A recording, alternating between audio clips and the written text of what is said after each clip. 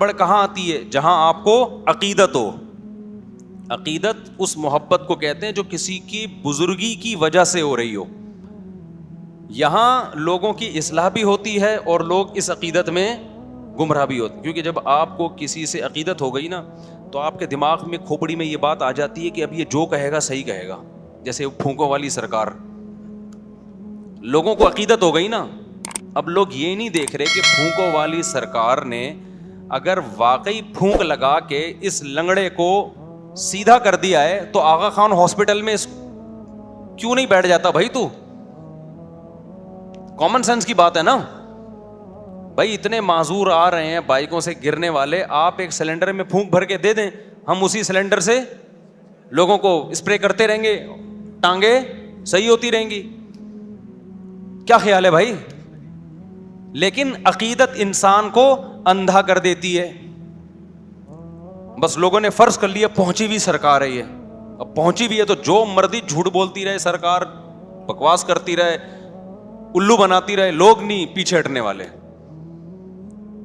وہ آیا تھا نا کہ کوئی عراقی آیا تھا کچھ دن پہلے, وہ پھونکو لگا کے بڑی اس کی تعریف ہے, جی پھونک لگاتا ہے تو یہ ہو جاتا ہے. میں نے کہا 2 نمبر آدمی ہے. کہہ رہے نہیں حضرت آپ کو کیا پتا. تو میں نے کہا بھائی کون سی کرامت کی قسم ہے؟ کرامت کا صدور کبھی کبھار کسی سے ہو جاتا ہے, وہ بھی بزرگ ہو. یہ تو آیا کرامت سینٹر کھولا ہوا ہے اس نے تو پورا, تو کرامت سینٹر کھول لیا اس نے بھائی پورا. تو اتنی کرامتیں تو قرآن میں اہل اللہ کی بیان نہیں ہوئی ہیں جی. ہر ایک کوئی ٹھیک کرتا جا رہا ہے اور جو مسئلہ ہو اس کا حل اس کے پاس موجود ہے. لیکن ہمارے بڑے بڑے لوگ متاثر تھے, اس کے بعد جب بھاگا ہے تو پتا چلا کہ یہ بھی ڈرامہ تھا. تو یہ عقیدت ہے انسان کو کیا کر دیتی ہے؟ اندھا.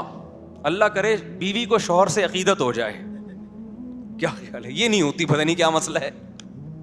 محبت تو کرتی, عقیدت نہیں. عقیدت کا مطلب کہ بھائی بس محبت ہے, میرے بچوں کا باپ ہے, زیادہ بزرگ نہیں مانتی اس کو کہ جی عقیدت میں پاگل ہو جائے کہ میرے بہت میاں بہت اچھے بچے کیا ہیں. بھائی محبت ہے مجھے, میرے بچوں کا باپ ہے, گیس بجلی کا بل دے دیتا ہے, بہت اچھا آدمی ہے. محبت ہے اس وجہ سے, بیوہ نہیں ہونا چاہتی, طلاق بھی نہیں چاہتی. عقیدت نہیں ہوتی ہے. عقیدت کس سے ہوتی ہے؟ علماء سے, بزرگوں سے, مذہبی رہنماؤں سے. اب جس سے عقیدت ہو گئی وہ اگر ٹھیک ہے تو آپ اس سے عقیدت کی وجہ سے ٹھیک ہو جاؤ گے, اور جس سے عقیدت ہوئی ہے وہ اگر 2 نمبر ہے تو آپ اس سے عقیدت کی وجہ سے گمراہ ہو جاؤ گے. اس لیے عقیدت بہت محبت کر لو جس سے چاہو, اتنا بھی نہیں ہے کہ جس سے چاہو کرو, لیکن اس میں وہ اتنی خطرناک چیز نہیں ہے. عقیدت کرنے سے پہلے نا, کسی کو اچھا سمجھنے سے پہلے, اس کی بزرگی کا عقیدہ دل میں بٹھانے سے پہلے بہت دفعہ سوچو, پرکھو اس کو 20 طریقے سے.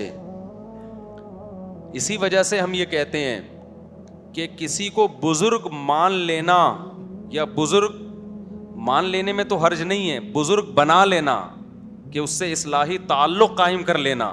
کہ آج سے میرے یہ پیر صاحب ہیں, لوگ کہتے ہیں نا مرشد پیر بنایا ہوا ہوتا ہے نا. رشتہ تلاش کرنے میں اتنی تگ و دو نہ کیا کرو, لیکن کسی بزرگ سے بیعت ہونے میں اس سے زیادہ ٹینشن اٹھایا کرو, اس کو پرکھا کرو.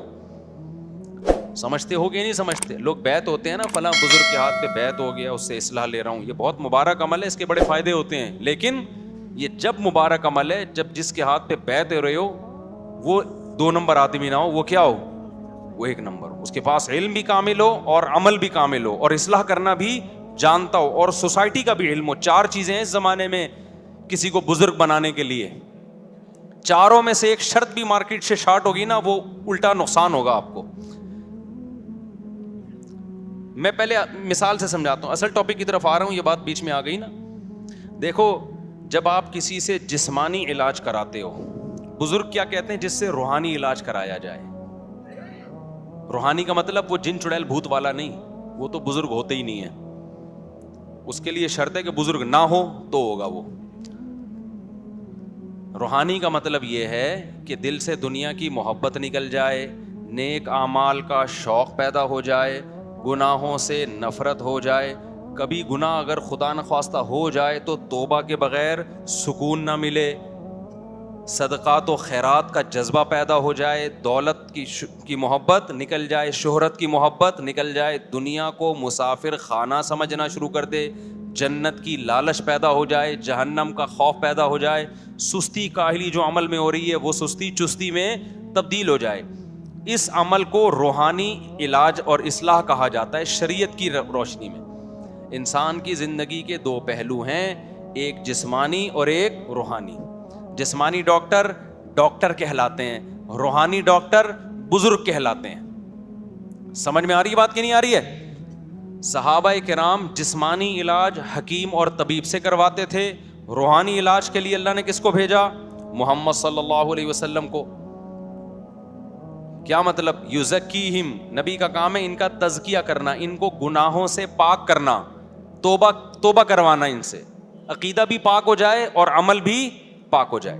تو یہ روحانی. تو نبی کے بعد صحابہ روحانی معالج تھے, تابعین کے, تابعین کے بعد تابعین, تبع تابعین کے لیے. یہ سلسلہ سینہ بسینہ آج تک چلا رہے. یہ جو 4 سلسلے ہیں نا, نقش بندی, قادری, سہراوردی اور چشتی, یہ چاروں سلسلے اسی کی کڑی ہیں ایک, کہ باقاعدہ پھر اہل اللہ نے, اللہ والوں نے اس کو باقاعدہ ایک مرتب کیا, اس کو ایک نظام بنایا.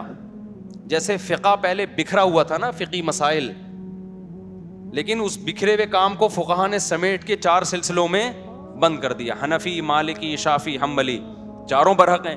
تو ایسے ہی جو اصلاح امت کا کام تھا نا, جس کو تصوف نام دیا جاتا ہے, یہ روحانی علاج کہا جاتا ہے, یہ بھی بکھرا ہوا تھا. تو یہ 4 سلسلوں میں کیا ہو گیا؟ بند ہو گیا. چشتی, قادری, سہراوردی اور نقش بندی, اس میں بڑے بڑے بزرگ گزرے ہیں.